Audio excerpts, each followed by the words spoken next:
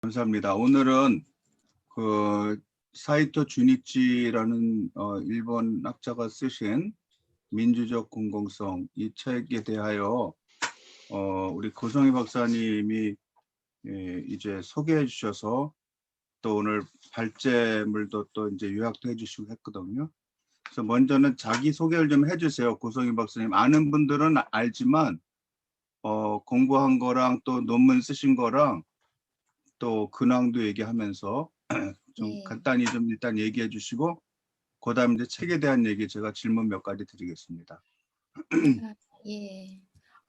그러면은 교수님께서 그 책에 대한 질문을 하시면은 제가 대답한 그런 아니 아직 개론적인 거니까 걱정하지 마시고 그냥 몇 가지만 하고 그 다음에 쫙 인도하시게 할게요. 예. 저는 고성희입니다. 이제 지금 현재 작년 7월부터인가 저기 장신대 역사진학과에 박사후 국내 연수 과정으로 이제 일을 시작을 해서 이제 거의 이제 뭐 2개월 남짓 남았습니다. 그래서 올 6월에 끝나가면서 저희 원래 그 프로젝트가 억압적 권력에 저항하는 한국 기독교의 공공성에 대한 연구고 1980년대부터 90년대까지 목사 고영근을 중심으로 같이 함께 공동 사역을 하였던 목회자 기독인들의 그 공공성이라고 하는 부분들을 연구하는 그 주제로 해서 이제 이 과정을 하게 됐고요.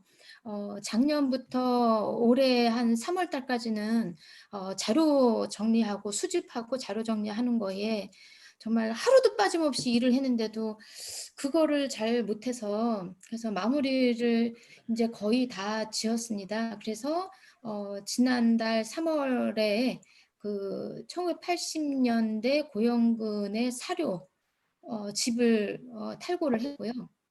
그래서 이제 그거는 한 600-700페이지 정도 700페이지가 넘을 것 같다는 생각이 드는데 그거를 이제 한 6월 정도에 6월 한 뭐 말 정도에 출판이 가능할 것 같고 지금 현재로는 다시 목민이라고 하는 고영근의 평전 같은 연구서를 지금 한 이제 오늘 이제 인쇄소에 들어갔으니까 며칠 뒤에는 나올 것 같은데 그 가교마 여러분들에게는 교수님들은 어떻게 드려야 될지 우편으로 드려야 되나요? 그래서 하여튼 제가 그 책을 준비하는데 한 2년 정도의 시간이 걸렸고요. 그래서 2년 정도 시간이 걸리면서 세 분의 박사님들과 같이 그 고영근의 시기를 5식을 나눠가지고 엮은 책이 지금 곧 나올 예정입니다. 제가 오늘 이 민주적 공공성을 근데 책을 선택하게 된 이유는 제가 이제 요번에 한국 기독교 교육학회 학술대회 때 그 공공성, 그러니까 교육 공론장에 대한 그 논문을 발표를 하는 중에 거기에 기독교회관 안에 목요기도회라고 하는 거하고 목민선교회의 나라를 위한 기도회, 거기에 나라를 위한 기도회가 원래는 현대인을 위한 교양 강좌였는데 이 두 개의 공론장이 하나는 공론장, 하나는 교육 공론장으로서의 두 가지 기능을 하는 부분들을 좀 얘기를 하다가 이제 공공성에 대한 얘기를 좀 조금 구체화하느라고 이제 논문을 썼는데 그 논문을 쓰는 중에 민주적 공공성이 사이토 주니치가 아주 하버마스와 아렌트의 얘기를 아주 정리를 잘 해놨길래 제가 이 책을 사실은 다 보진 않았고요. 이제 정리가 잘 돼 있는 거 이렇게 챕터 몇 개만 골라서 이제 그거를 읽고 그렇게 하고 제 논문에 이제 참고 자료로 조금 인용을 했었는데 그래서 이제 이 책이 얇길래 얇기도 하고 뭐 싸더라고요. 그래서 구입하기도 아주 쉬우시겠구나. 그래서 저는 이렇게 해서는 이제 책을 이제 소개를 해드리고 이제 제가 이제 본격적으로 이제 읽기 시작을 했는데 한 번 읽었는데도 어려운 거예요. 그래서 왜 저번에 읽었을 때는 안 어렵더니 왜 어렵지? 두 번째 읽는데 또 어려워. 그래서 읽으면서 그 아렌트의 인간의 조건이 대체 뭐라고 써놨길래 이 사람이 이렇게 얘기를 하나. 그래서 얘 때문에 걔네 인간의 조건까지 읽느라고. 근데 뭐 다 읽지는 못했지만 저도 정말 난감하기도 하고, 그리고 여러분들한테도 너무나 죄송하게 간단히 읽을 수 있는 건 줄 알고 제가 탁 올렸는데 너무 시간이 좀 오래 걸리시지 않았을까요? 그래서 좀 죄송했습니다. 예. 네, 너무 고맙습니다. 예. 감사합니다. 제 첫 번째 질문이 이 책을 선택한 이유였는데 그냥 예. 이어서 말씀을 잘 해주셔서 감사합니다. 고 박사님이 이 책을 읽으시고 가장 크게 얻은 소득이 있다면 뭔가요? 제가 여기에서 얻은 소득이 있다면은 하나의 맨 앞에, 그러니까 앞부분에서 나오는 공적 영역과 사적 영역의 이분법적인 문제. 그래서 이 공적 영역과 사적 영역이 과연 옛날에 맨 처음에 공론장을 얘기했던 부르주아 공론장에서의 공적 영역과 사적 영역의 분리라고 하는 부분이 지금에 와서도 계속 똑같이 해석될 수는 없고, 지금은 어떻게 공적 영역과 사적 영역이라고 하는 부분들을 어떻게 바라볼 것인가. 이 시대가 변하면서 우리의 어떤 개념도 바뀌고 공론장의 개념도 바뀌어야 되는데, 이 사적 영역이라고 하는 요 부분을 자꾸만 요 부분을 분리했을 때에 우리의 문제점이 무엇인가라고 하는 거에 상당히 저는 아주 논란의 여지가 많다는 생각을 하고 있고요. 또 두 번째는 인간의 복수성이라고 하는 부분 문제, 요 부분이, 그러니까 보통 우리가 그 사람들을 얘기를 할 때 경향으로 묻거나 아니면 어떤 주의자로 묻거나 아니면 어떠한 역사적인 어떤 카테고리나 아니면은 경제적인 영역으로 이런 방식으로 사람들을 묶는 이러한 그 오류들을 되게 많이 범하는데, 여기에서 공통적으로 얘기하는 거는 공공성의 안에서의 자유로운 개인의 자기 공적 발언이라고 하는 부분에서 개인의 복수성, 그러니까 여러 가지의 성향들, 이런 부분들이 얼마나 중요한 문제인가라고 하는 두 번째의 문제를 저는 되게 공감을 많이 했고요. 마지막 세 번째에 가장 큰 공감을 한 거는 친밀성에 대한 문제가 되게 공감을 했어요. 그래서 이 친밀성이라고 하는 문제들이 그러니까 아렌트도 마찬가지인데, 이 친밀성은 사적인 영역으로 치부하는 경향이 있지만, 사실은 요새 들어서 뭐 여러분도 많이 보셨겠지만 뉴스에서 자기 아이를 죽이는 엄마들이 너무 많잖아요. 아이를 죽이고 아이를 때리고 양육하는데 양육의 스트레스를 받는다거나, 이건 정말 그러니까 부모와 자식 간의 개인적인 얘기, 사적인 얘기, 그리고 어떤 친밀성이 있고 없고의 이러한 절대적인 기준이 없는 그 친밀성이라고 하는 부분들을 그 사적인 영역으로 우리가 치부를 했었는데, 이런 문제들이 자꾸만 사회적으로 이제 드러나는 문제가, 이게 이제 완전히 이제 어떤 범죄의 형태로 이게 드러났을 때 우리가 과연 이런 개인적인 친밀성, 이런 부분들을 공공성의 영역으로 우리가 어떻게 논의를 해서 이 사람들의 어떤 친밀성에 대한 단절, 그리고 육아에 대한 문제, 그리고 가족 이데올로기에 대한 해체, 이런 문제들을 좀 우리가 더 많은 접근을 해야 되지 않을까, 이런 생각이 들어서 저는 뭐 어렵기는 했지만 되게 큰 감동을 좀 받았습니다. 네. 그 공공성이라는 주제가 물론 이 책의 이제 가장 중요한 키워드이기는 한데, 네. 공공성을 이해할 때 가장 중요한 어떤 주요 개념이 뭐라고 생각을 하세요? 그러니까 저는 사적인 개인이 그러니까 사적인 개인이 모여서 여러 사람의 다양한 이야기들을 공통적인 부분들을 모아내서 모아낸 부분들을 가지고 계속 토론해가며 발전하는 것, 요 발전의 이 어떤 이 카테고리, 이런 영역, 요거가 바로 공공성이라는 생각을 하고 있습니다. 그래서 이 공공성이라고 하는 것은 옛날에 맨 처음에 출현했을 때에는 부르주아의 공공성이었고, 또 정치적인 거에 반대하는 사회적인 그런 공공성이었지만, 지금의 계속 전체적으로 전반적으로 역사가 바뀌고 그 역사가 진행되고 우리의 사회가 계속 바뀌고 인간관계가 바뀌면서 공통의 사람들, 공통의 것들을 모아내는 작업들이 기본적으로 개인의 그 생각에서부터 출발한다라고 하는 개인의 영역이라고 하는 부분들이 공공성에서 가장 중요한 핵심이다. 저는 그렇게 보고 있습니다.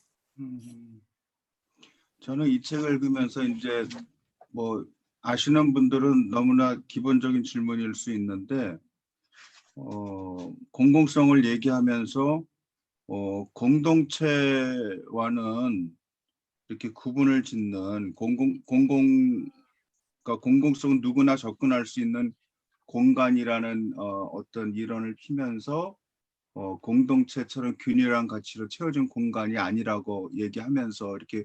구분하는 거에 저는 사실 이렇게 좀 충격을 받았거든요. 왜냐하면 요즘에 글을 쓰면 한편으로는 공적 신학이나 무슨 공공성 같은 걸 얘기하면서 기독교 교육적으로 이제 결국 그래서 우리가 공동체를 지향해야 된다고 많이 얘기를 했는데 이 논리로 따르면 내가 그동안 너무 가볍게 그런 공동체를 얘기하지 않았나 하는 그런 충격을 받았는데 고 박사님 어떻게 생각하세요? 뭐 인제 여기서 공동체라고 하는 거는 균일적인 요소가 네, 있고, 그리고 그 안에 어떤 개인보다는 어떤 공동의 것들 가치들이 또 오히려 더 많은 이렇게 추구를 하게 되는 그런 경향이 있는 것과의 이 공공성의 차이가 있는 거는 확실하게 차이가 있습니다. 그렇지만 그렇다고 해서 이 공공성을 중요하게 생각을 하기 때문에 공동체의 의미가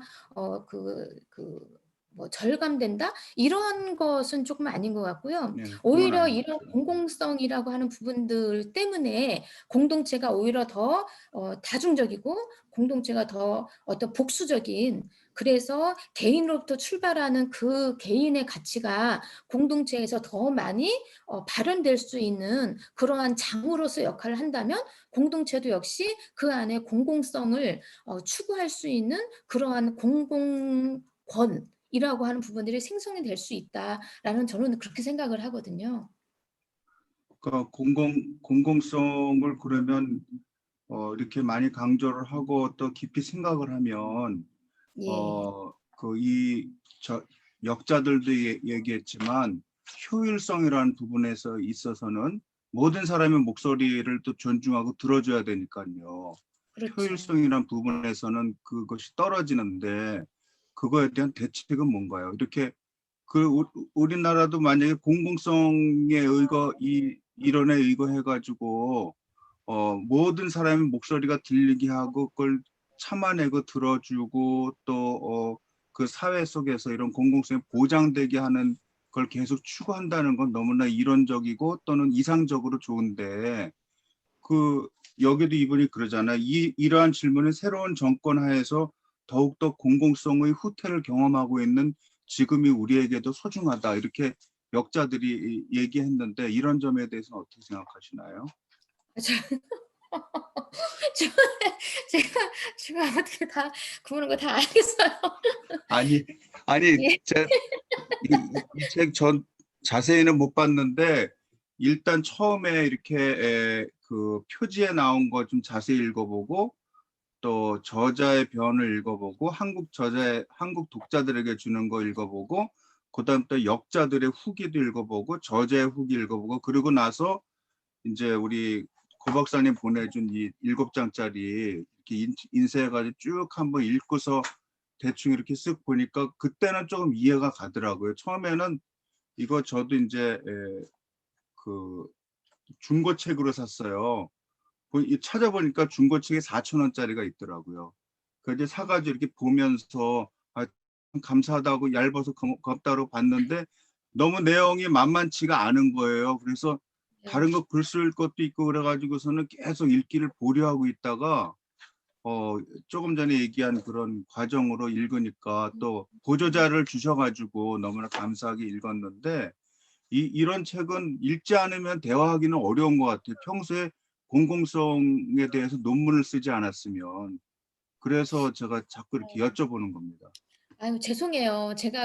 저는 그게 간단한 줄 알고서 그냥 탁 올렸는데 이렇게 복잡한 아, 책인지. 아, 예, 아니 저는 이 그냥 하고 싶은 말씀 해보시라고 할 수 있는데 예. 자칫 잘못하면은 이제 여러모로 이제 모든 사람들이 대화에 참여하기가 쉽지 않을 것 같아서 그래서 예. 처음 말씀을 드렸고 이제 이현돈 목사님 손 드셨는데 간략하게 말씀해 주시고 그다음에 고 박사님이 하시고 싶은 얘기를 이제부터 하시면 되겠습니다. 네네. 아주 아니, 김도열 교수님이 제가 질문하고 싶은 거를 아주 잘했고 굉장히 좋은 토론이 될 것 같습니다. 그래서 지금 요게 아주 지금 제가 보기엔 시대 화두예요. 공공성을 추구해야 되는데 이 개인이라는 거를 어떻게 다뤄야 될 건가. 우리 사회도 지금 굉장히 큰 문제를 낳고 있거든요. 저는 그래서 2030의 이번에 선거 결과에 대해서 설교한 것도 있고 그래서 제가 황인성 목사님한테 해서 지금 올려놨거든요. 그런 문제랑 지금 직접 부딪히는 문제이기 때문에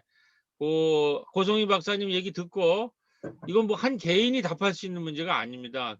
이 서구의 특별히 서구의 근대성이랑 연결이 되기 때문에 지금 서구의 근대성이 이번에 코로나 때문에 굉장히 흔들리거든요. 그래서 아주 좋은 토론의 주제라고 생각하고 듣고 함께 토론하면서 지금 오늘 우리들의 문제를 좀 해결하면 좋겠습니다. 네. 네, 지금부터 한 30분 동안 말씀하시고 그 다음에 한 10분 정도 토론하고 그리고 마무리하겠습니다. 지금 고 박사님 박수로 맞이해 주세요.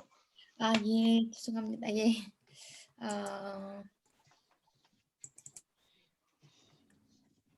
네, 여기 처음부터 그러니까 이거 모든 걸 다 읽을 수는 없고 지금 조금 좀 이렇게 건너뛰면서 말씀을 드리겠습니다.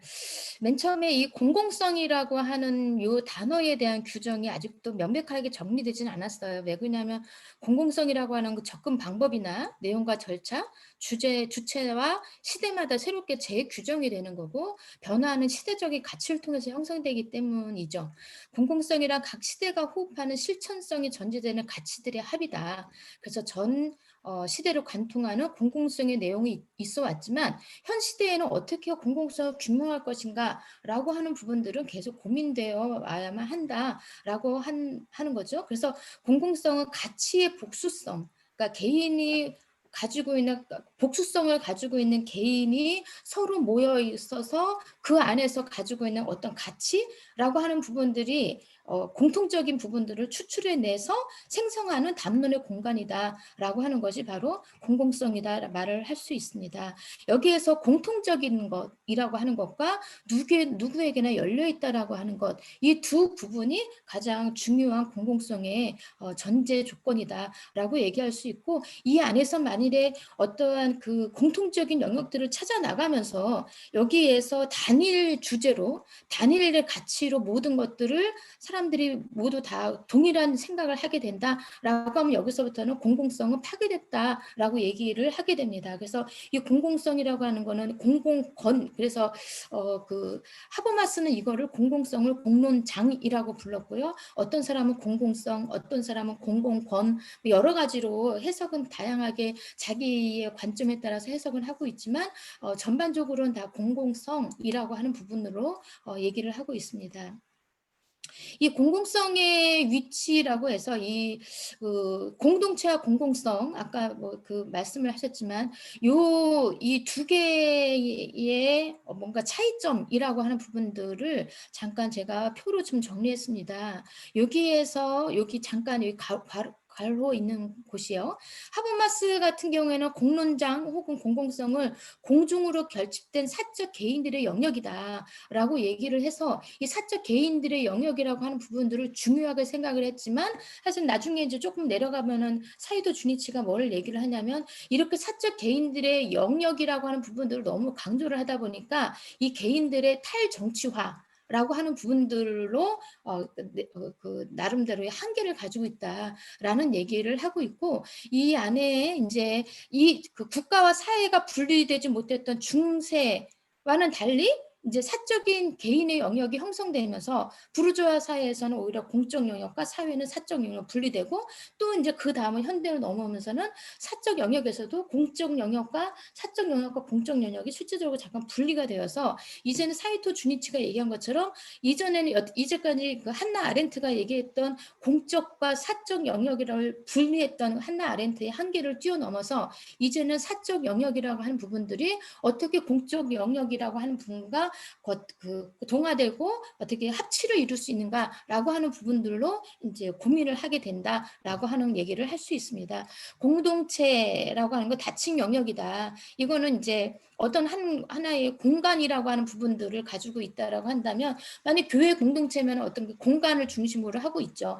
똑같이 공간을 중심으로 하고 있지만 공공성이라고 하는 어떤 공론장이라고 하는 것은 항시적으로 돌아다니니까 어디서나 형성될 수 있는 거. 그러니까 예를 들어서 87년에 명동성당의 모든 사람들이 뭐 빈민도 모이고 노동자도 모이고 막 이제 87년 6월 항쟁 때 명동성당 앞에서 막 각 부문별로 사람들이 모여서 자기의 그 공론장을 이루어서 그 대대적인 토론을 한다거나 아니면 기독교회관에서 사람들이 서로 자기의 그 현실을 보고하고 그것을 서로 공유하는 과정 이런 것도 공론장이라고 얘기할 수 있고요. 지금 우리의 지금 토론의 이러한 그 모임 이러한 이 영역도 역시 공론장이라 말을 할 수가 있죠. 그러니까 공동체 같은 경우는 어떤 특별한 영역이 존재하지만 공공성이라고 하는 것, 공공권이라고 하는 것은 다양하다라고 얘기할 수 있고요. 그래서 복수의 가치를 가지고 있고 의견 사이에서 생성되는 공간이기 때문에 의견이 서로 다른 것들이 오히려 더 의미가 있어지게 되는 겁니다. 차이를 조건으로 하고는 담론의 공간인 거죠. 그래서 다원적이고 다의적입니다. 근데 이제 그 공동체 같은 경우에는 이론적인 부분들이 좀 많죠. 그래서 교회 공동체도 공동체가 중요한 게 조금 더 무게 중심이 살짝 이렇게 집단으로 넘어가게 되면 그때부터 개인성이 상실된다거나 여러 가지의 문제가 있게 됩니다. 그렇다고 한다면 그렇게 이론적인 것들을 자꾸만 요구를 하게 되는 공동체일 때 공공성은 여기에서는 파괴된다고 볼 수 있습니다. 이 공동체 안에는 공공성이 없는 거죠.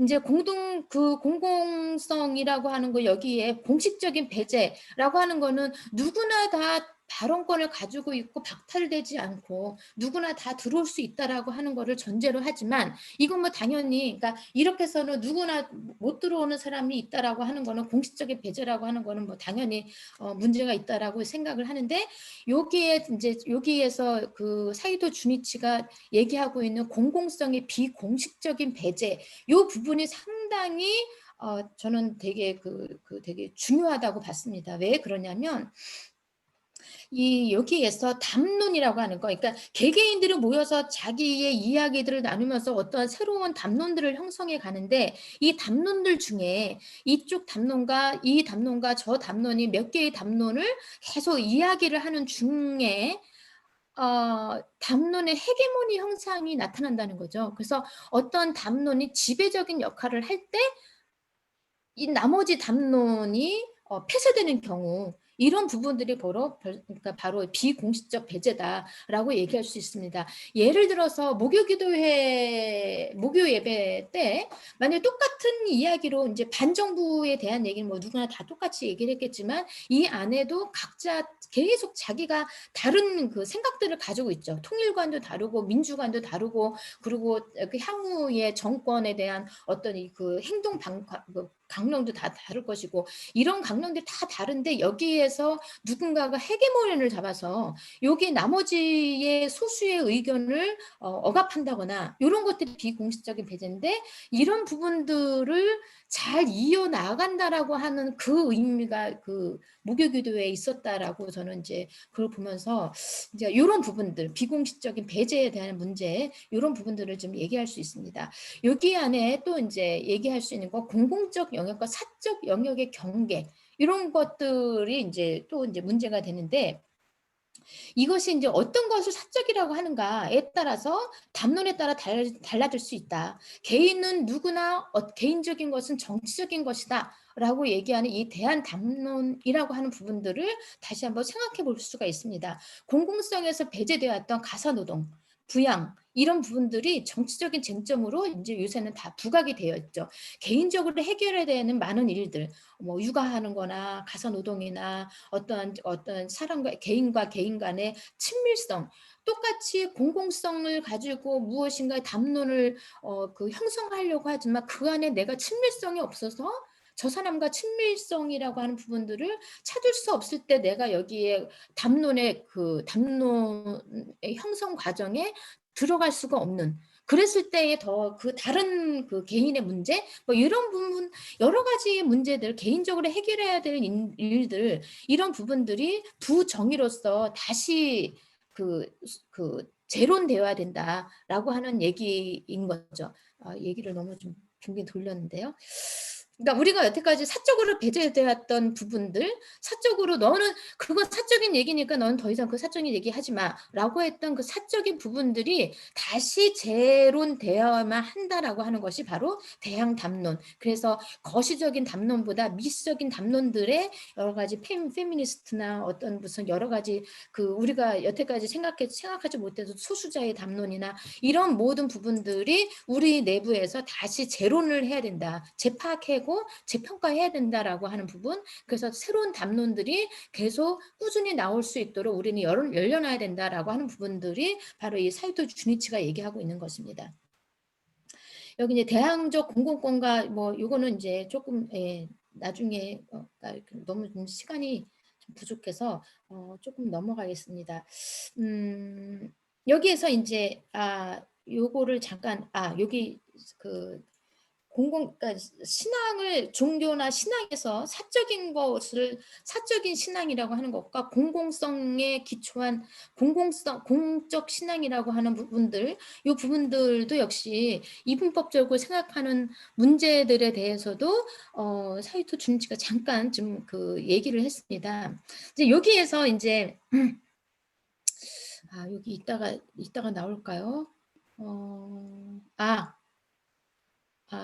살짝 이따가 아렌트 얘기할 때 잠깐 나오겠지만, 아렌트가 얘기하는 사적인 영역과 공적인 영역, 정말 이 사람이 사적인 영역과 공적인 영역을 구분을 해서 얘기했을까라고 해서 이제 그 인간의 조건을 다시 봤는데, 사적인 영역과 공적인 영역을 구분을 하면서 이제 그 안에 이 사적인 개인이 공적인 부분들로 계속 끌어나와야 된다라고 하는 측면에서 이제 아렌트는 얘기를 하고 있지만, 그랬을 때의 사이토는 뭘 얘기를 하냐면, 과연 그럴까?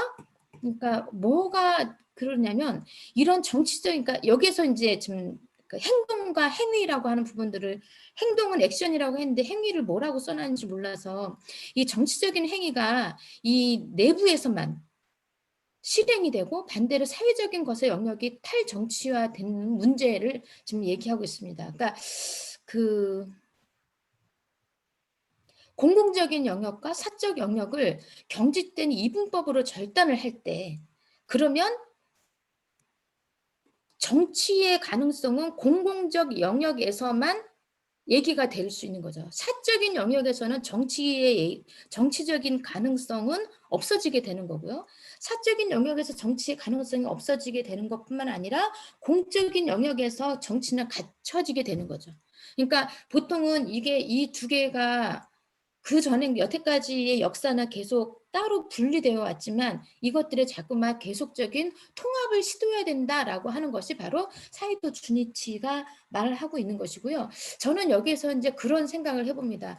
사적인 개인과 공적인 개인을 따로 떨어뜨려 놓을 수 있는 게 사실 정말 가능한 일인가?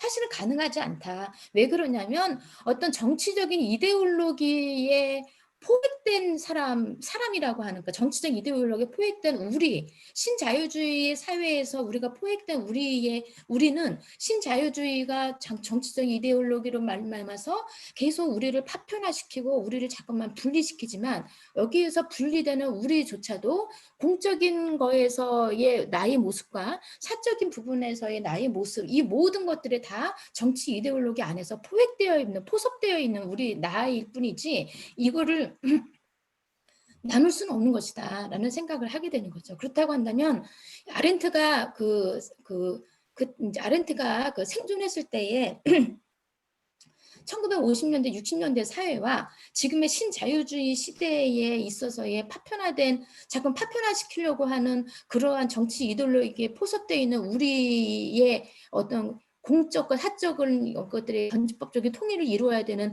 이런 부분, 이런 사회라고 하는 부분들은 조금 좀 명확하게 구분할 필요가 있다라는 생각이 들어서, 그래서 사이토 주니치가 이렇게 그 아렌트와 하버마스를 넘어서는 이야기들을 하고 싶다라고 하는 그 주제를 계속 처음부터 끝까지 일관적으로 좀 얘기하고 있지 않은가라는 얘기를 예, 그렇게 생각을 해봅니다. 아까도 말씀드린 것처럼 어떤 개인적으로 사적인 영역으로만 치부했던 거, 성 문제, 성소수자 문제, 육아 문제, 데이트 폭력 문제, 이 데이트 폭력 문제 같은 경우는 조금 이거는 다른 것 같지 않은가라고 하지만, 사사로운 것들, 사적인 영역으로 우리가 그동안에 무엇인가의 어떤 그 같이 이거는 이렇게 하면 안 돼, 뭐 이런 안 돼라기보다는 여기에 대해서 같이 얘기를 해보자라고 할 수 없는 개인적인 문제라고 하는 부분들이 벌써 사회적으로 계속 끊임없이 문제가 되고 있기 때문에 이런 문제들의 사적 영역이 벌써 이제는 해체가 되는 그런 과정 중에 있다라고 저는 보고 있습니다. 여기에 이제 칸트와 하버마스에 대한 것은 뭐 그냥 넘어가기로 하겠습니다. 예, 합의 형성의 공간. 여기 요 합의 형성의 공간을 하버마스는 이상적인 모습을 합의를 형성하기 위한 토의의 공간이라고 하는 것들을 파악하는데, 여기에 토의라고 하는 것은 기존의 권력 관계를 반성하는 공동의 합숙 과정이다. 그래서 여기 있네요. 담론이 헤게모니를 갖고 그리고 그 장에 머무르는 한 합리성에 관한 정상적인 규정을 받아들이기를 요구받게 되는 그런 한계가 있습니다. 그러니까 어떠한 한 담론이 헤게모니를 갖게 되면 그 헤게모니에서 계속 권력 관계를 반성하는 학습장으로서 계속 변화해야 된다. 그 안에 다중성을 가지고 있어야 되고 그 안에 복수성을 가지고 있어야 된다라고 하는 부분들, 이런 부분들이 합의 형성의 공간으로서의 의미가 있다라고 말씀을 드릴 수 있습니다. 여기에 이제 현상의 공간이라고 해서 아렌트가 행위는 액션이라고 했고 노동, 뭐 제작 이렇게 했는데, 여기에서는 행위를 액션이라고 얘기했지만 나중에 그 뒤로 가면 행동을 액션이라고, 행동과 행위가 두 개가 나오는데, 하나는 행동으로의 액션을 행동의 의미로서 얘기를 했고, 행위는 또 얘기를 안 했어요. 그래서 인간의 조건을 한번 들어가 보니까 인간의 조건도 행위는 가로치고 뭔가가 없는 거예요. 그래서 그러면 이 사람은 지금 행동과 행위를 서로 다르게 얘기를 하고 있는데, 지금 그 번역자들이 좀 죄송하지만 좀 가로치고 뭔가 좀 그 사이에 뭔가 각주를 달아줘야 되지 않는가. 맨 처음에는 행위 하나로 다 행동과 행위를 다 포함하는 것처럼 얘기했지만 나중에는 그 분리를 시켜서 아렌트는 행동을 얘기했지만 행위의 가능성에 대한 부분들을 잘라버렸다라고 얘기를 하고 있어서 좀 예. 그래서 이제 하버마스 같은 경우에는 공통 의사의 형성 공간이다라고 하는 걸로 그냥 딱 잘라서 얘기를 했지만, 아렌트는 여기에 현상의 공간이다. 그리고 공공성은 공통 세계다. 그래서 이 공통 세계라고 하는 것은 서로 사이에, 인간과 인간의 사이의 세계를 얘기하고 있고, 그 사이의 세계는 서로 관심을 갖는 것, 타자에 대해서 관심을 갖고, 그 관심을 갖고 내가 나의 의사를 얘기할 때 내 의사를 들어주는 타자가 존재하는 것, 이것이 바로 공통세계, 사이세계다라고 얘기하고 있고요. 그것이 바로 공공성이다라고 말을 하고 있습니다. 그랬을 때 여기에 이제 사이토는 현상의 공간이다라고 하는 거에 대해서 다시 또 비판을 하게 됩니다.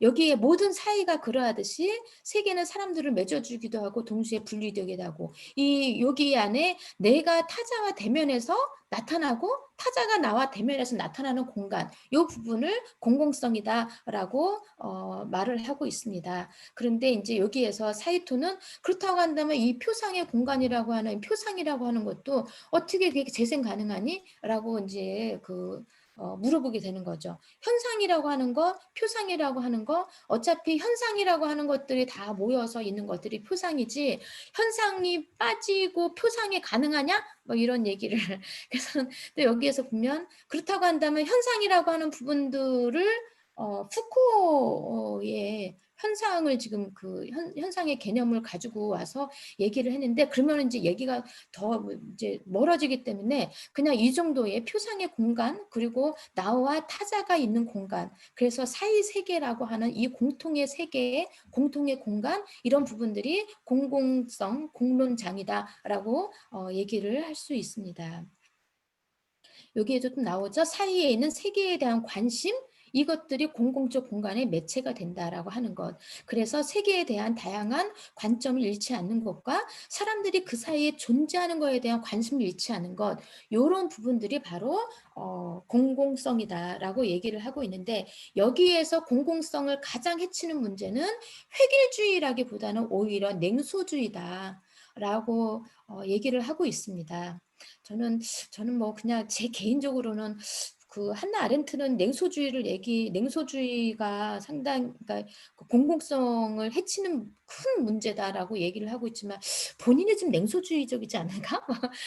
저는 좀 개인적으로 그렇게 생각이 들었습니다. 예.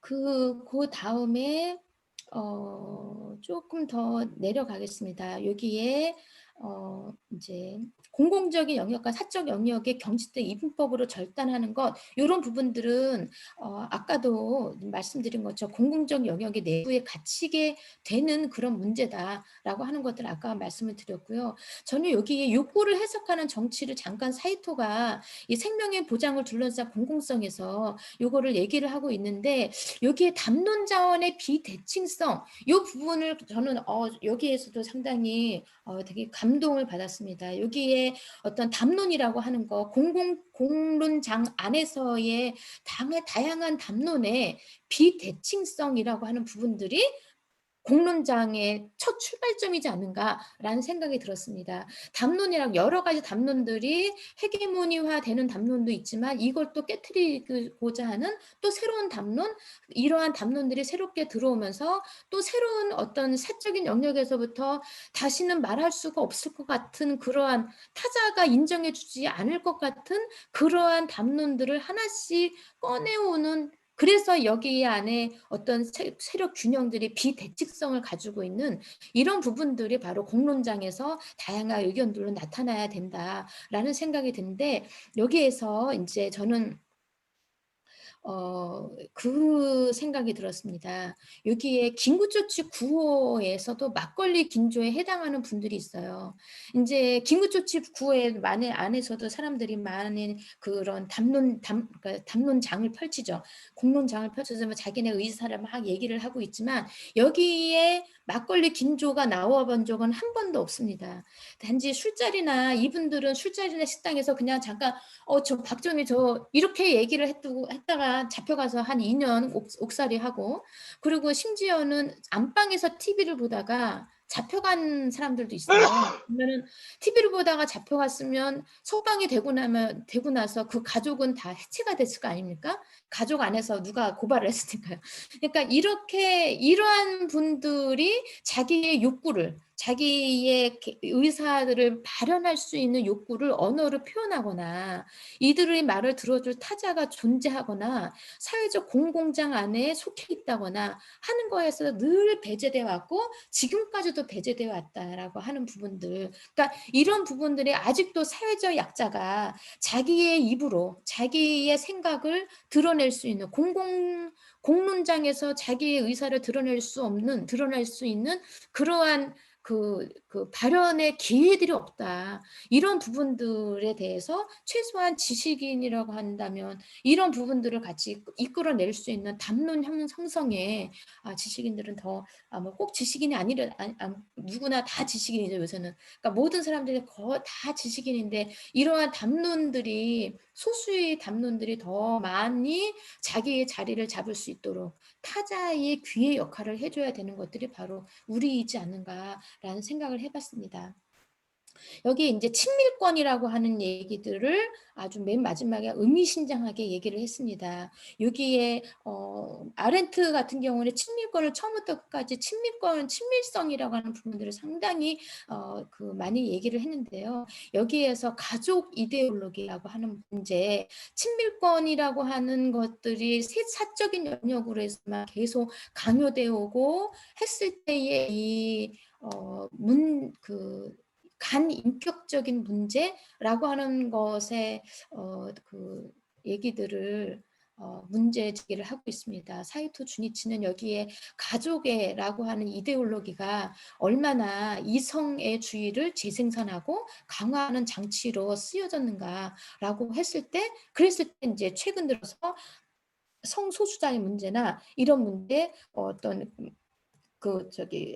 결손 가정에 대한 문제 이런 문제들이 사회적으로 비정상적인 것처럼 보여지는 이런 가족 이데올로기라고 하는 부분들의 친밀권이 그 안에 갇혀져 있어서 오히려 이 친밀권이라고 하는 부분들이 공적인 영역 쪽으로 우리가 그러니까 구분하는 건 아니지만 이 부분들이 개량되지 않는 공적인 그런 성격 이런 부분들이지만 이 개량되지 않은 이 친밀권들을 계속 공공권 내로 자꾸만 포섭해야 된다라고 하는 얘기를 지금 하고 있습니다.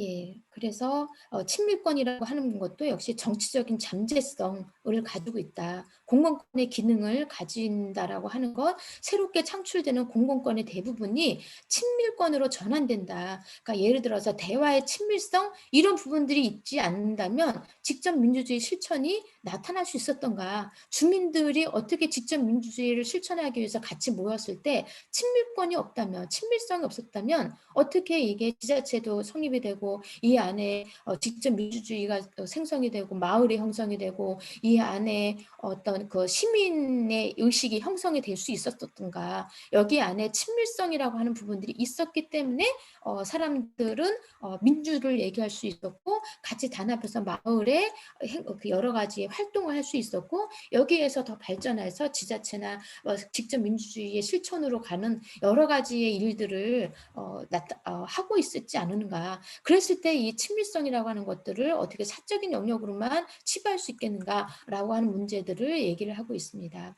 여기 이제 맨 마지막에 주체와 공공성은 아주 짤막하게 얘기를 했는데요. 여기에 주체와 공공성의 짤막한 문제, 여기에 복수적인 위상이라고 하는 것과 공공성의 복수적인 차원, 이 부분, 그러니까 개인의 어떤 주체에 대한 부분, 개인이라고 하는 그 주체가 단 하나의 정체성, 동일성으로 살아가지는 않는데 그래서 주체의 정체성은 항상 복수적인데 우리가 이거를 자꾸만 단수적인 걸로 단일적인 걸로 생각하는 경향이 있다. 그래서 이 복수적인 정체성 복수적인 가치 이 안에의 사회 공간 안에 우리는 모두 다 서 있는 그 존재이다라고 하는 얘기들을 하고 있습니다.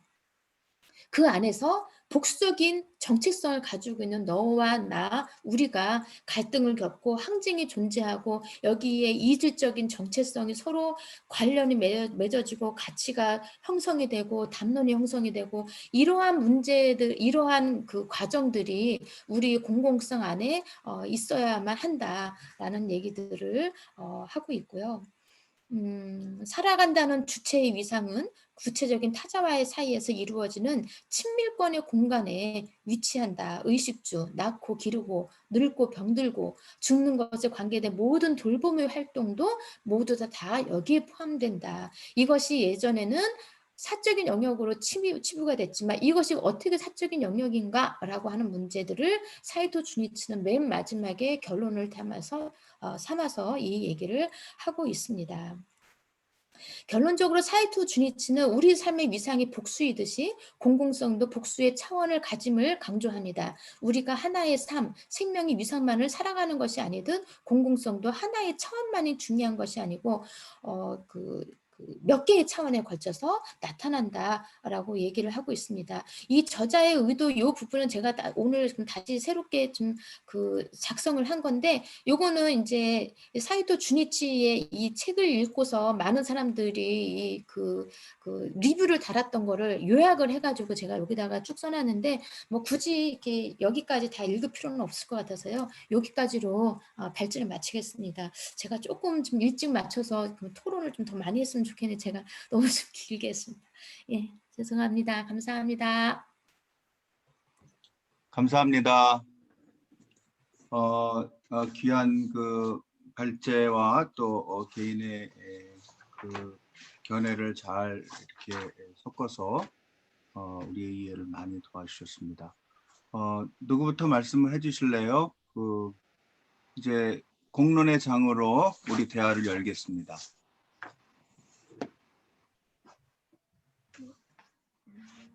이호재 목사님, 김영철 목사님. 네. 저는 책을 자세히 읽진 않았는데 이 저자가 우리 세대더라고요. 예, 개띠예요, 개띠. 같은 세대고, 예. 일본이 공공의 장이 약하다고 우리가 많이 평가를 하고, 과거서 반성도 잘 안 하는 나라고 생각했는데, 이런 나라의 같은 세대의 학자가 공공성에 대한 책을 지어서 상당히 반가웠고요. 민주적 공공성이라는 게 중요한 것 같아요. 그 앞에 공공성이라는 얘기는 우리가 굉장히 많이들 사용하고 있고 상식적인데, 이분이 앞에 민주적이라는 말을 왜 썼을까 보니까 역시 이분도 우리하고 비슷한 그 시대를 살아서 그런지 신자유주의 담론하고 민족주의 담론 두 가지가 민주적 공공성을 해친다고 생각하시는 것 같아요.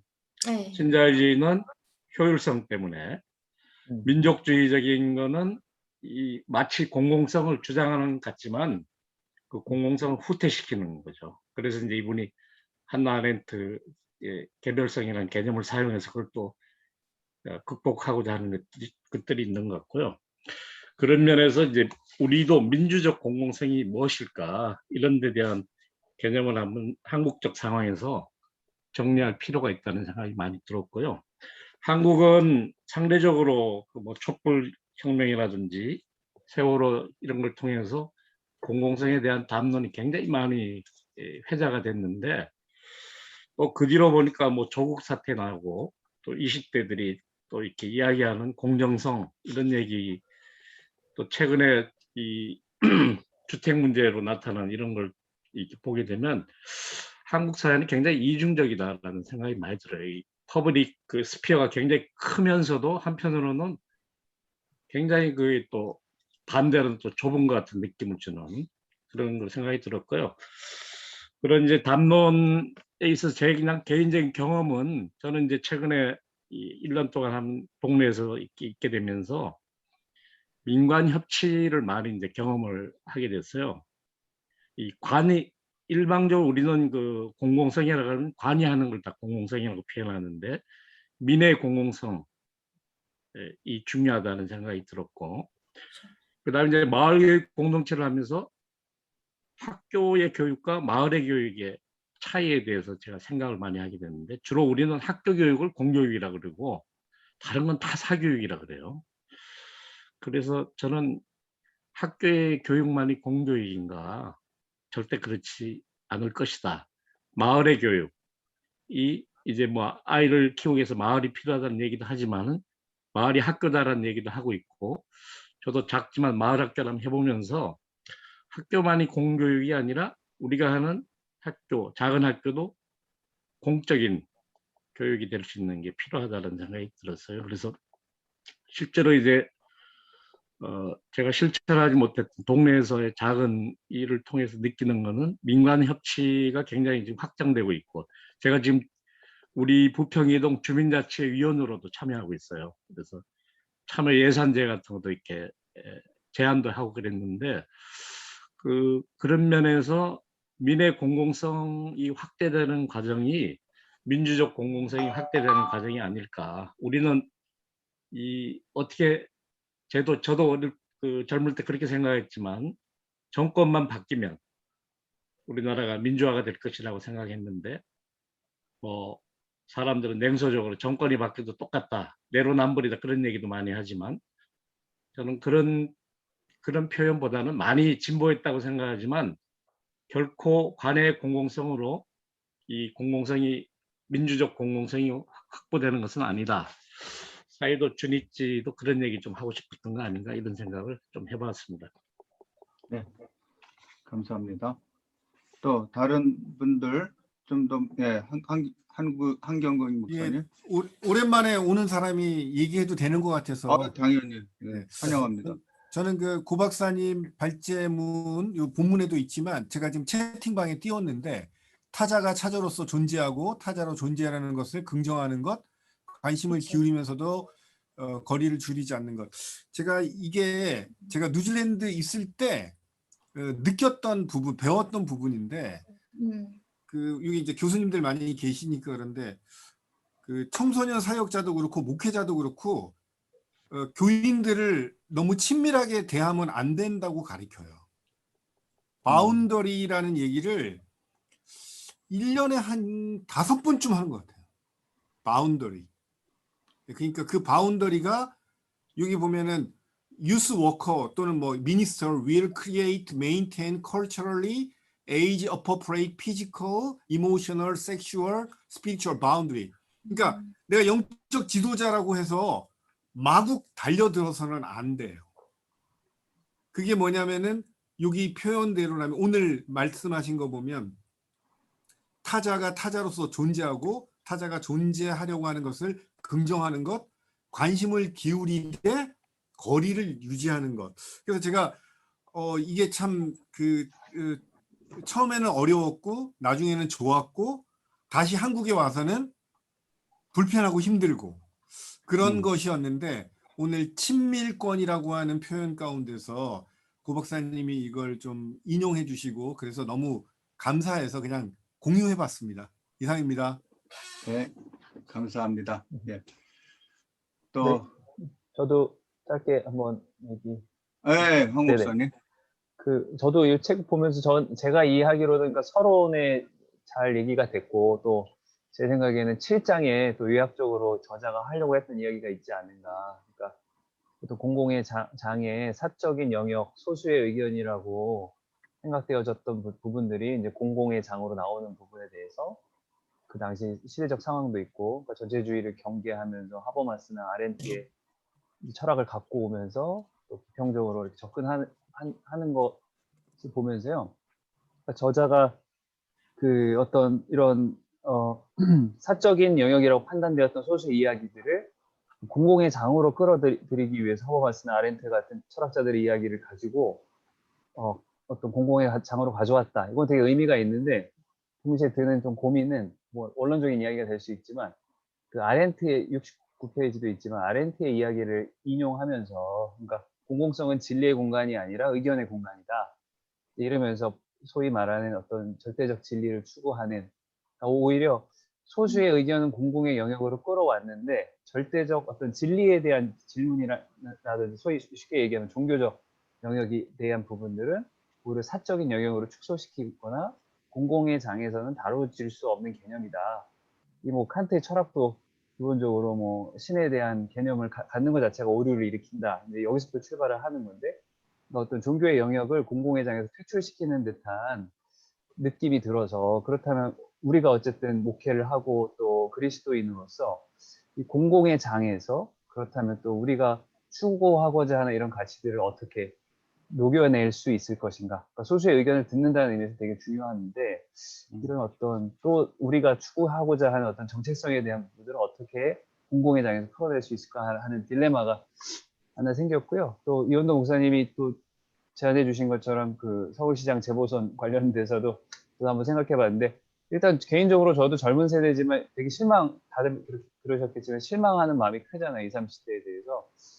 근데 또 그들의 이 의견 자체도 왜 그렇게 했을까의 의견 자체를 하나의 어떤 목소리로 들어본다면 이 책의 이야기로 하면 친밀권의 상실 같은 느낌이었습니다. 그러니까 뭐라고 하냐면 한 번도 사회로부터 안전한 경험, 그러니까 안전하다고 느껴본 경험이 없는 것 같아요. 국가로부터 아니면 교회 어떤 사회로든지 간에 안전하다고 느껴보지 못했기 때문에 그러니까 소위 말해 이기적이다, 개인주의로 갈 수밖에 없는. 왜냐하면 친밀권이 상실됐기 때문에 한 번도 경험해보지 못했기 때문에 늘 존재에 대한 불안감이 있었고 이번에도 주거 공간에 대해서 언론이 그랬도 어쨌든 자극적으로 본인들이 경험을 하면서 그 선택이 이렇게 나오지 않았는가. 그러니까 어떤 스스로에 대한 어떤 존재 위협에 대한 반론으로 그런 표들이 나오지 않았는가. 그 결과에 대해서는 되게 실망스럽지만 왜 그렇게 선택을 했을까?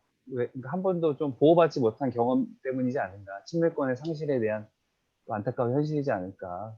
그런 생각도 좀 해봤습니다. 네. 네, 네. 감사합니다. 예, 이 목사님. 네, 황인성 목사님, 그 제가 그 카톡방에 띄운 표 맨 마지막에 사진 하는 거 좀 올려주세요.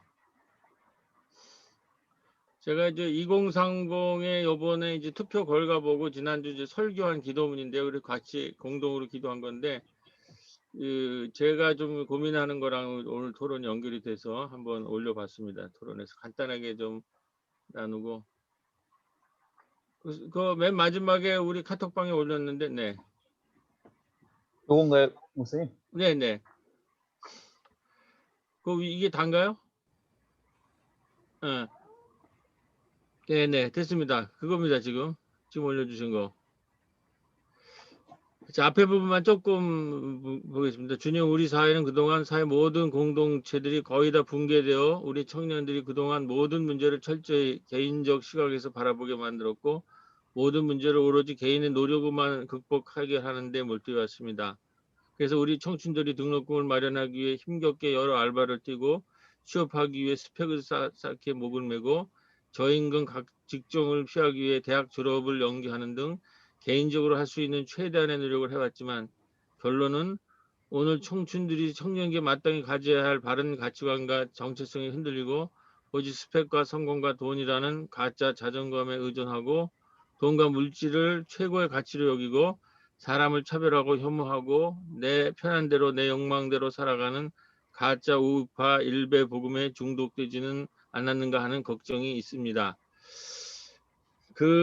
지금 이 문제는 제 얘기가 아니라 그 김태형이라고 하는 이제 사회 심리학자, 최근에 이제 그 대통령의 심리학 이런 거 쓴 분이 이제 그 청년의 이 한국 청년에 대해서 이제 심리학적으로 고찰한 거로 한 거를 제가 이제 기도문에 이제 담아봤는데 제 생각은 지금 이번에 이제 선거가 이제 부동산이라고 하는 그 개인의 욕망과 욕심의 추구가 아주 폭발적으로 드러났고 이제 우리 청년들은 이제 결국은 그 개인적인 욕망에 아주 충실해 할 때 그러니까 우리가 신자유주의 이후에 모든 걸 개인들의 해결하고 개인적으로 모든 문제를 하는 거로 해서 결론이 이제 이러한 지금 신자유주의가 완전히 이제 완성된 형태의 청춘들이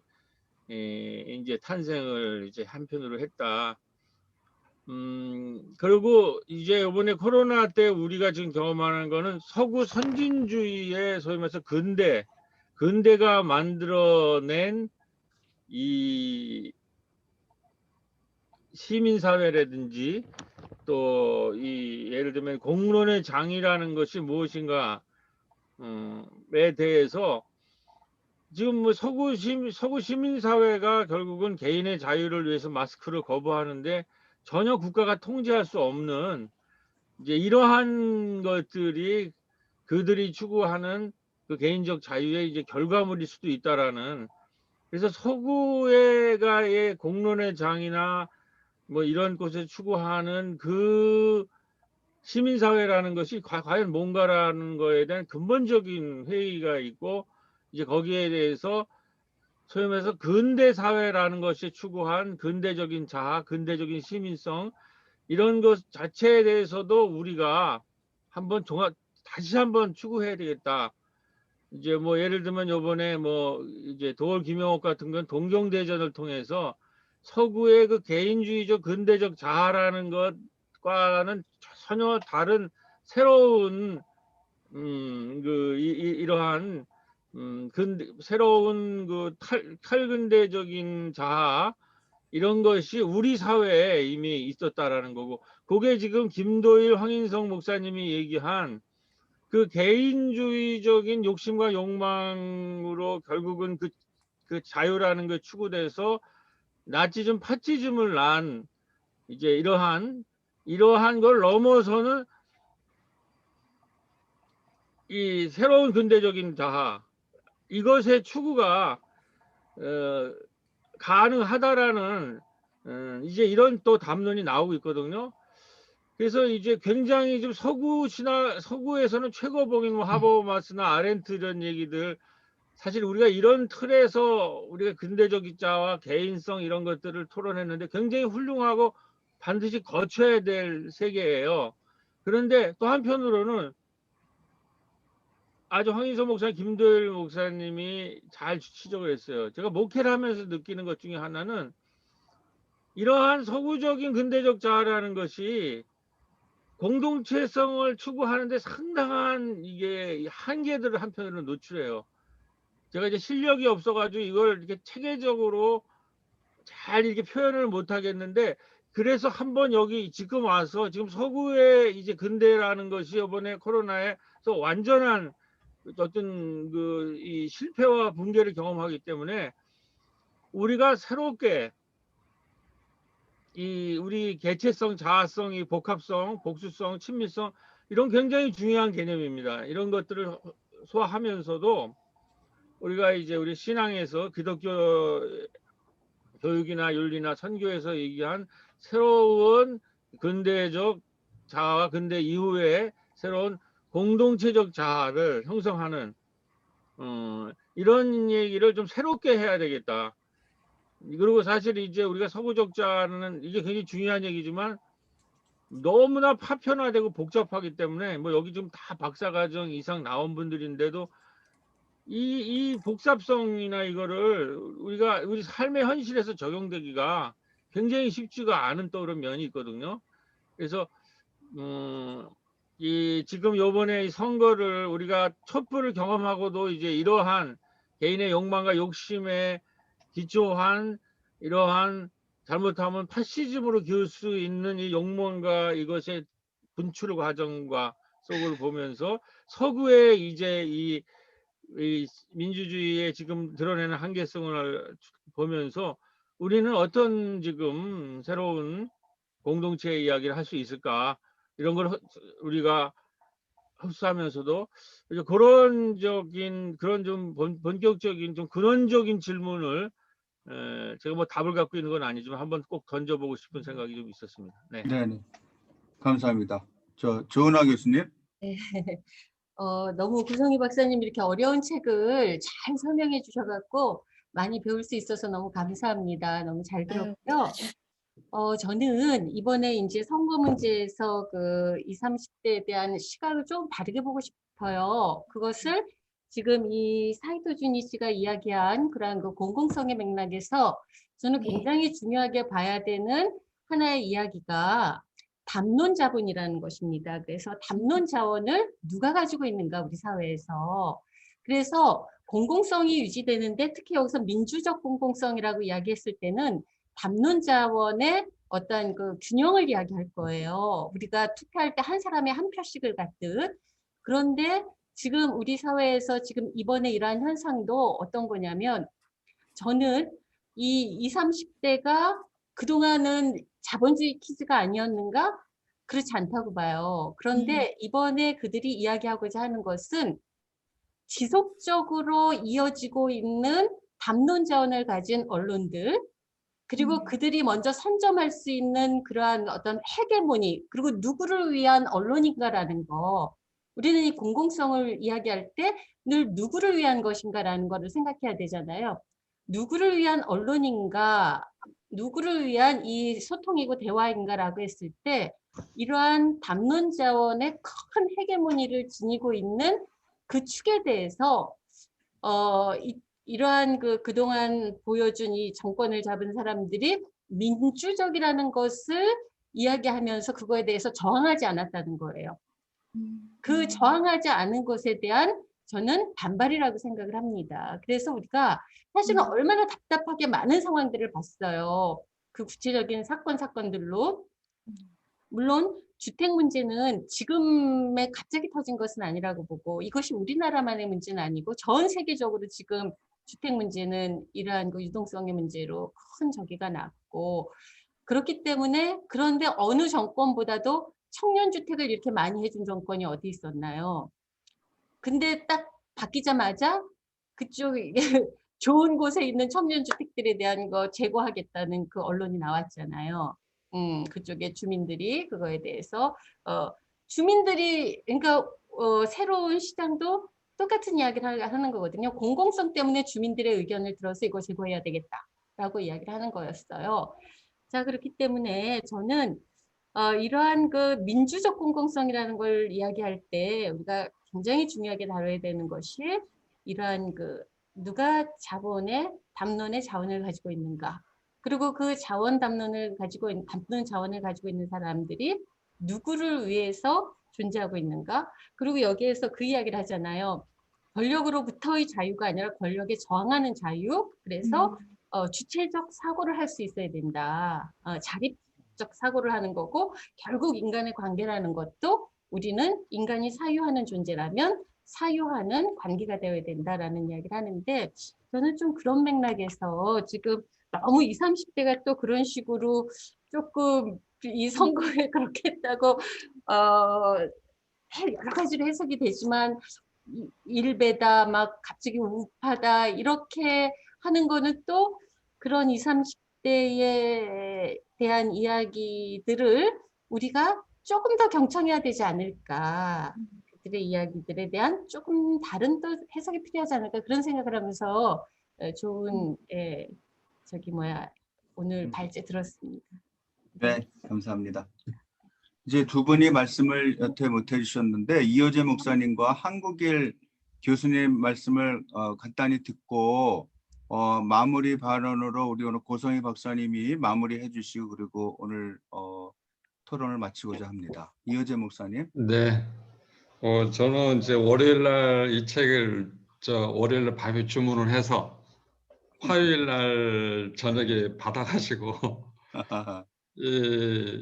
읽을까 말까 하다가 그래도 샀으니까 한번 읽어볼까 하고 어제 자정쯤 해가지고 시작하면가 서론 있잖아요. 서론. 네네. 시작하면 이거를 읽는데 우와 이거는 제가 발견한 최근의 책 중에서 더 베스트였습니다. 네.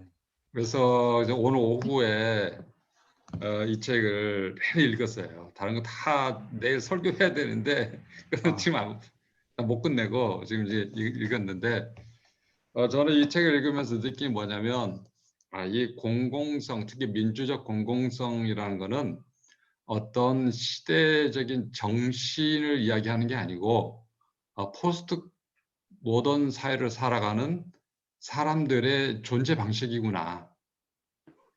의사소통 방식이에요, 이게.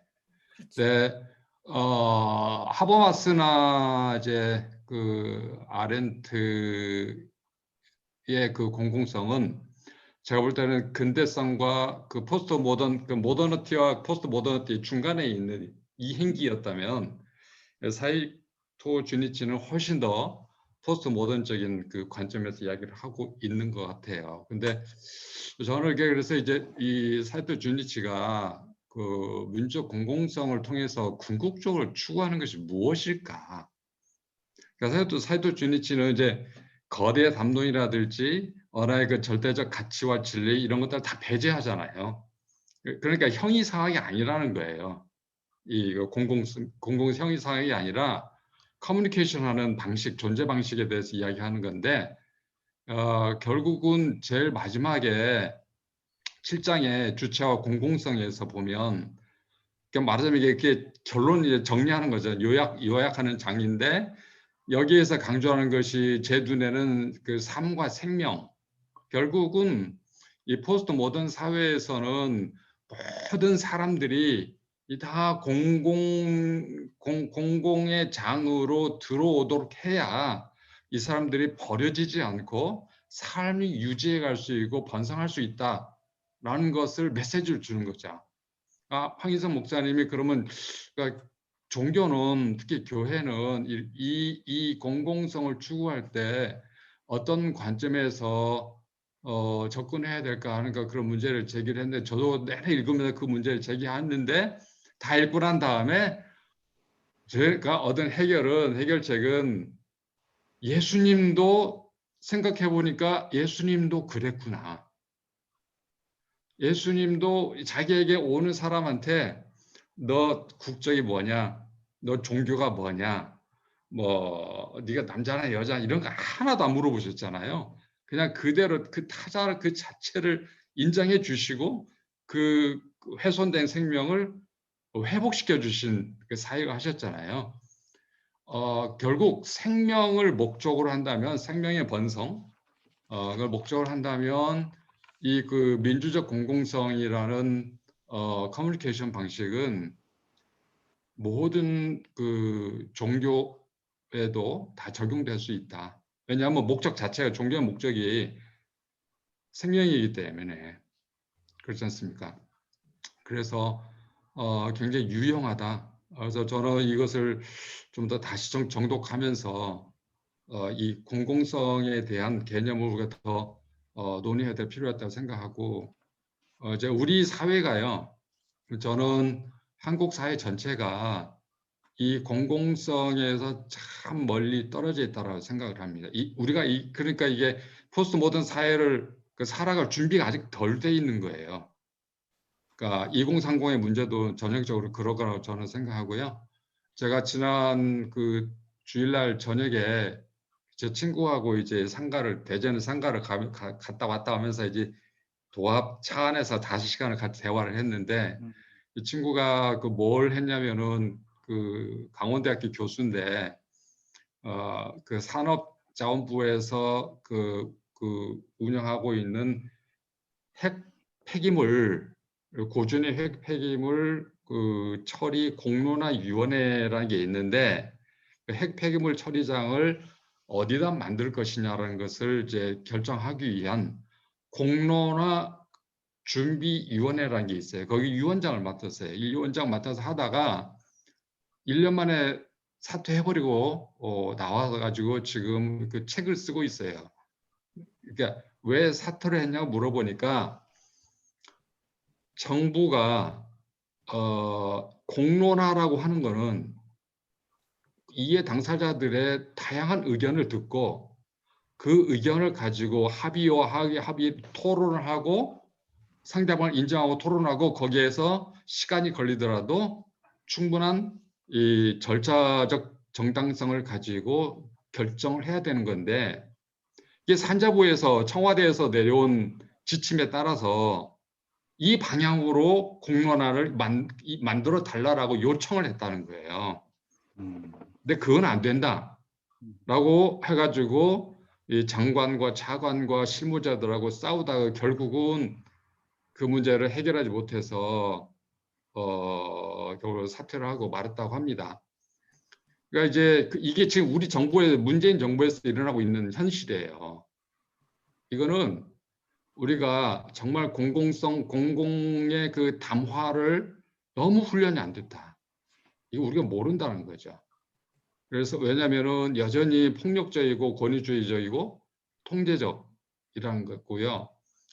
그 사이토 주니치가 민주적 공공성을 이야기하면서 이 배경으로서 두 가지 개념을 이야기하는데 민주적 정체성과 그 민주적 통제를 이야기하지 않습니까?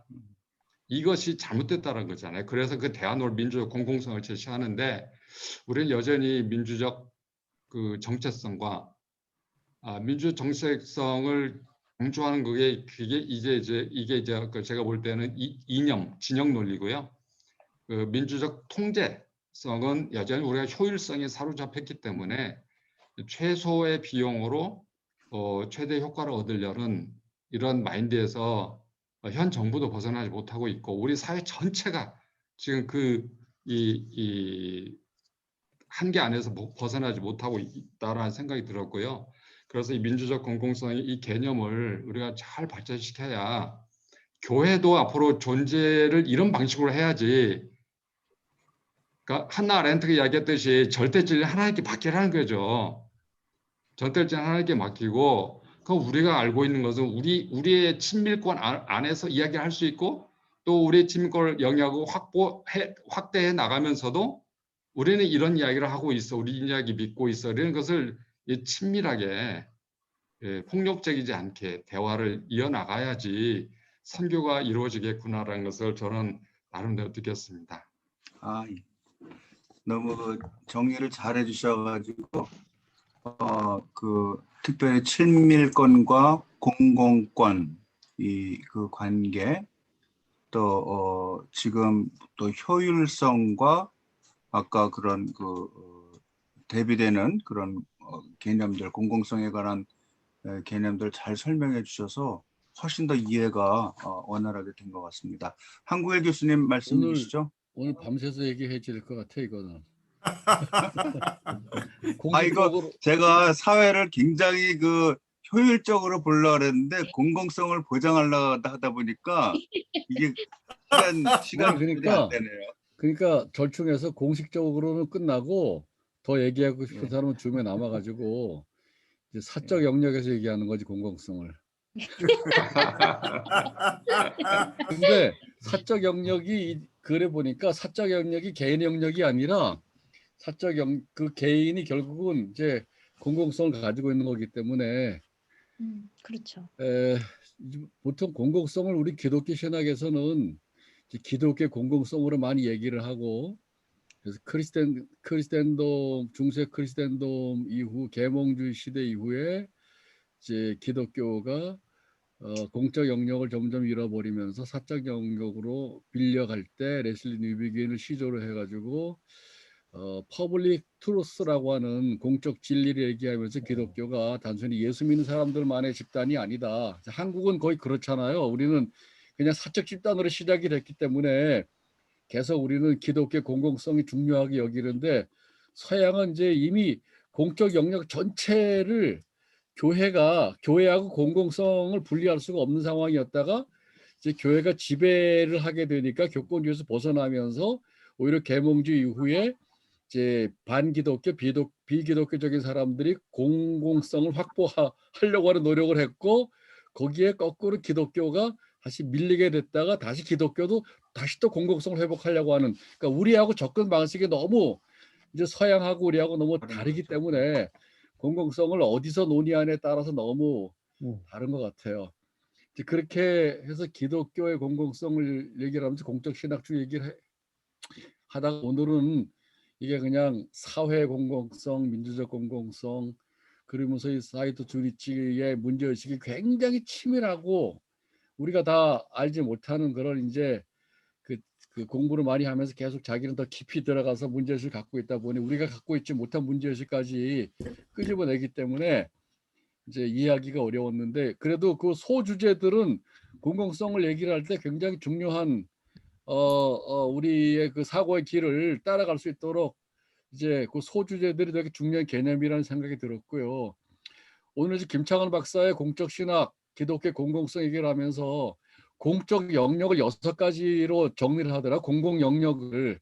그게 이제 국가, 정치고, 하나는 시장, 경제고, 세 번째는 미디어, 네 번째는 종교단체, 다섯 번째는 아카데미, 학교, 여섯 번째 시민단체인데 이게 소위 이제 공적 영역이라는 거예요. 한 사회를 사회의 어떤 공공성을 유지하기 위해서.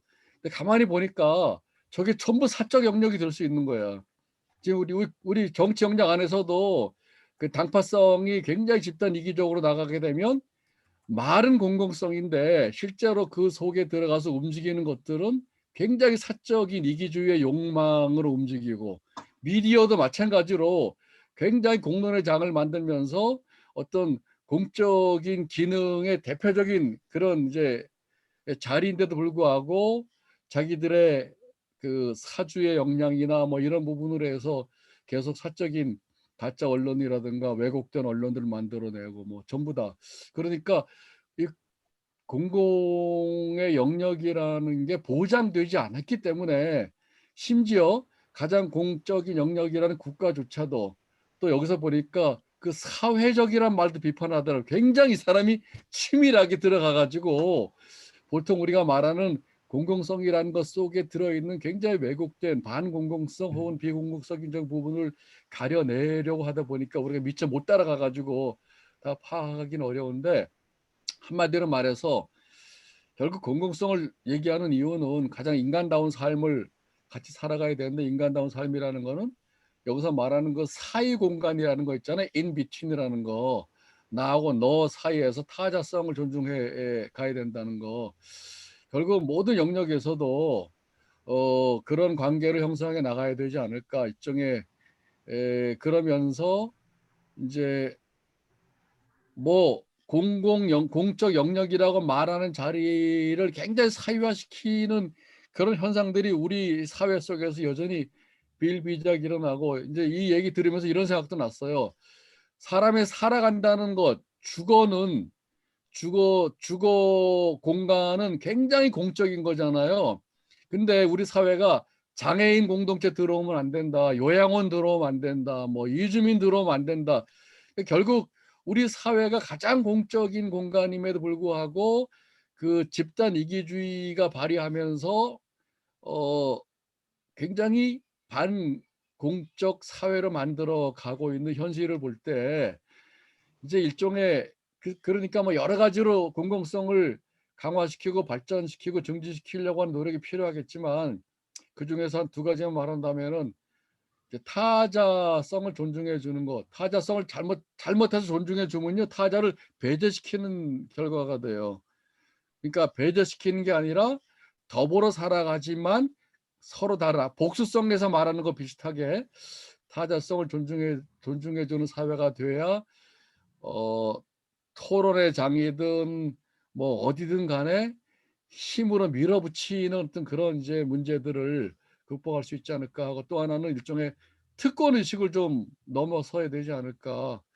교회도 특권 의식 때문에 마을 속에 들어가지 못하고 늘 분리돼 있고, 이제 뭐 우리 사회 계층 간의 갈등이라든가 세대 간의 갈등, 여러 그 갈등의 원인을 보면 여러 가지 있겠지만 그 중에 하나가 굉장히 그 특권 의식이 있고, 특권 의식이라는 것은 상대방을 존중해 주지 못하는 그런 이제 관점들이 들어 있어서 저 자신부터도 그런 부분에 좀 더 예민하게 감수성을 가지고 저를 성찰하면서 다른 사람과의 관계가 이게 어떤 공적 자리라고 하는 공공성이라고 하는 부분을 유지하면서 더불어 살아가는 사회를 어떻게 만들어갈 수 있을까, 그런 생각이 들었습니다. 네. 감사합니다. 고성희 박사님, 뭐 마무리 한번 정리해 네. 주실래요? 그리고 마치겠습니다. 예. 이제 이 사이토 주니치가 처음부터 끝까지 계속 공공성을 얘기하면서 공적 영역과 사적 영역에 대한 얘기들을 지속적으로 하버마스와 아렌트의 한계를 지적을 하면서 주장을 해왔습니다.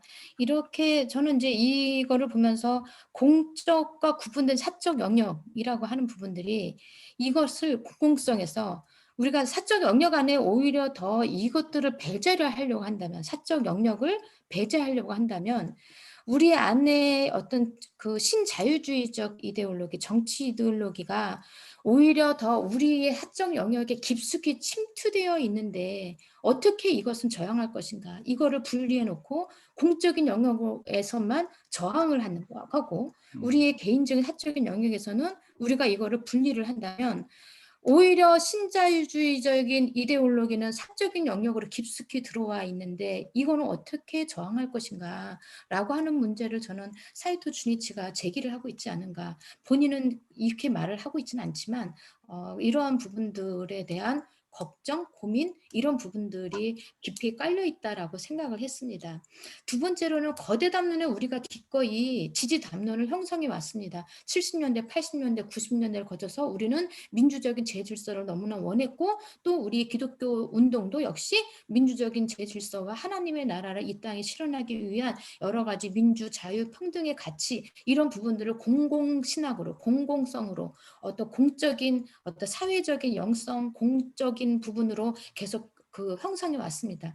그렇지만 정작 우리 삶에 기반했던 세세한 어떤 미시적인 담론, 친밀성에 기반하고 있는 우리의 사적인 영역 이런 부분들이 그때는 정말 중요하지 않았어요. 당장의 정말 이렇게 목전에 있는 그 많은 사람들의 목숨이 달려 있는 그런 상황에서 우리는 기독교 운동은 이 분들을 사회적 약자를 끌어안는 그러한 활동밖에는 거기에 집중이 있었습니다. 그러나 이제는 다른 시대를 살고 있는데 옛날에 그러한 관점으로만 볼 수는 없다는 거 하는 거죠. 오히려 여기에 우리의 실제적인 삶에서 이 어떤 민주적인 공공성이라고 하는 부분들이 시대와 다른 부분에 우리의 실제적인 삶에서 어떻게 제기되고 실현될 것인가, 어떻게 새로운 담론들을 창출해낼 것인가 이런 과제에 우리는 직면하고 있다라고